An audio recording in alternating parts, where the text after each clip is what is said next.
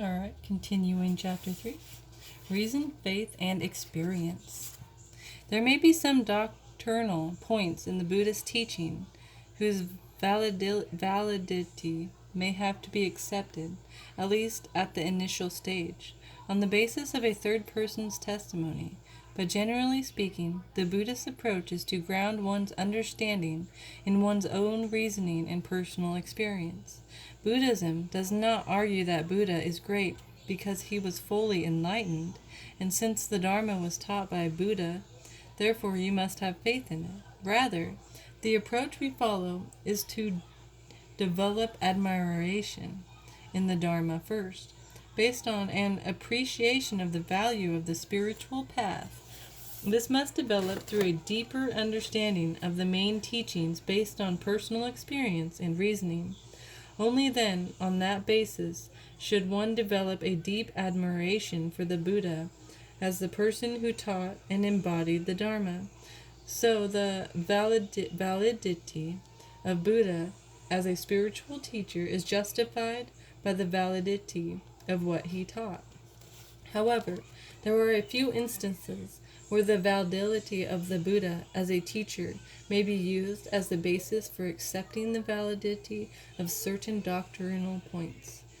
This accords with the basic Buddhist view that there are different categories of phenomena. Many phenomena are quite evident to us. They are things or events that are accessible to us through our direct experience. We can see them, we can touch them, we can feel them, and we can prove their existence by means of our direct experience. These are called evident or empirical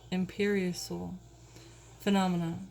Then there is a second category of phenomena that is literally described as slightly obscured or slightly hidden. Although we may not be able to perceive these directly through our senses, we can infer their existence on the basis of empirical evidence. The third category of phenomena is described as extremely concealed or extremely hidden, and these are facts of existence which remain totally hidden from us at the initial stage of our spiritual development. At this point, we have simply no avenue by which we can approach them. They are not accessible, either through inference or through direct perception.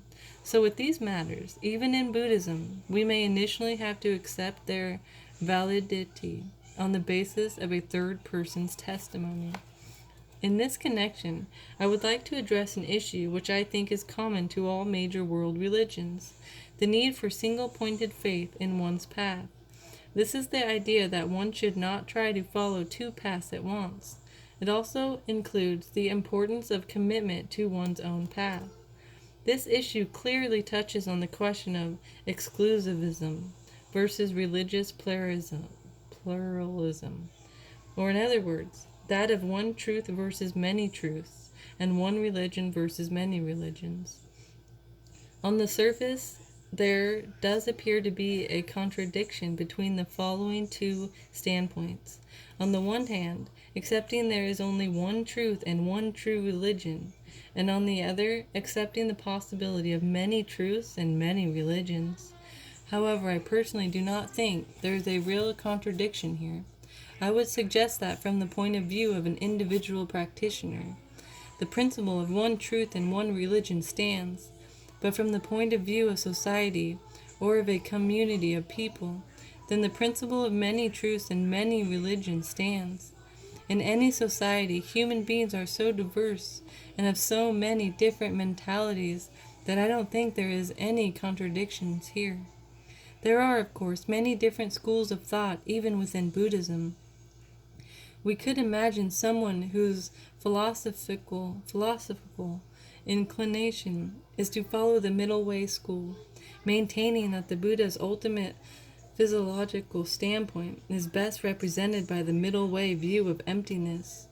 Yet at the same time, this person would acknowledge that there are numerous views included within Buddha's teachings, some of which contradict that of the middle way. Likewise, a proponent of the Buddhist mind-only school would argue that its interpretation of the non-duality of subject and object represents the highest philosophy in the Buddhist teaching, the true middle way. This is because the mind-only view would be more suited to that person's physiological disposition. He might even argue that middle way philosophers are in fact nihilists and have gone too far. The scriptural sources used by the mind-only school, especially their main source, the Sutra unraveling the intent of the Buddha, are attributed to the Buddha. On reading this scripture, we do not find the Buddha saying, "I say this for your benefit, to suit your mentality, but I express my own position elsewhere." There is no indication of that. The sutra appears to state that the truths it holds represents the final reality. Indeed, it is said that teaching emptiness to those who are inclined towards mind only can be determinantal, because it could lead to nihilism. So many general point is that there is enormous diversity among human beings when it comes to spiritual and physiological inclinations. Another example is that for some people, the concept of a divine creator is very powerful, inspiring, and effective as the core of their spiritual belief. The idea of having just one life, just this life, and of being created by a creator directly, can bring the feeling of having a very close relationship with him. This sense of intimacy and direct connection with the creator is very powerful, so it can form a sound basis for the wish to lead an ethical life. The closer one feels to the creator, the greater one's effort will be to live accordingly to his wishes. And again, even amongst these theses, there are great diversity. Christians have the concept of a trinity, but Muslims have no such notion and teach a much more direct link with the Creator. This suggests that theists themselves have many different spiritual inclinations.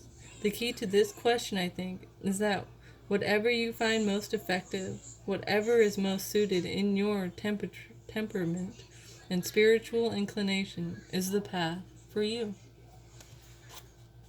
Insight into the ultimate nature of reality. The idea of no self, that is, the rejection of self-existence, is common to all Buddhist schools. The reason so much emphasis is placed on the rejection of an internal soul or self in the Buddhist teaching is that much of our confusion and suffering is seen to arise from a false sense of self, and is particular from a belief in some kind of eternal, independently existing self at the core of our being. An indispensable element of the path that leads to overcoming these afflictions is therefore to realize the non-existence of such a self. All Buddhist schools accept the no-self doctrine, but some schools take it further than others and assert that we should not only reject the independent and solid existence of the self, but we should extend the same reasoning to all phenomena, that is, to the objects of our experience, just as the subject is devoid of any independent, discrete existence.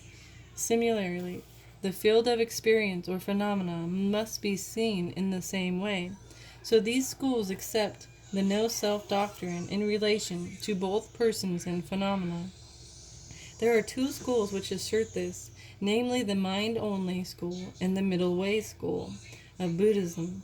The middle way school generally rejects any notion of phenomena as possessing an intrinsic nature, existence, or identity.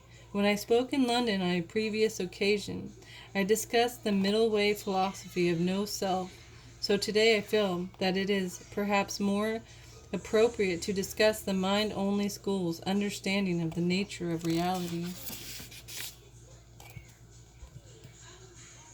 Until next time, thank you for listening.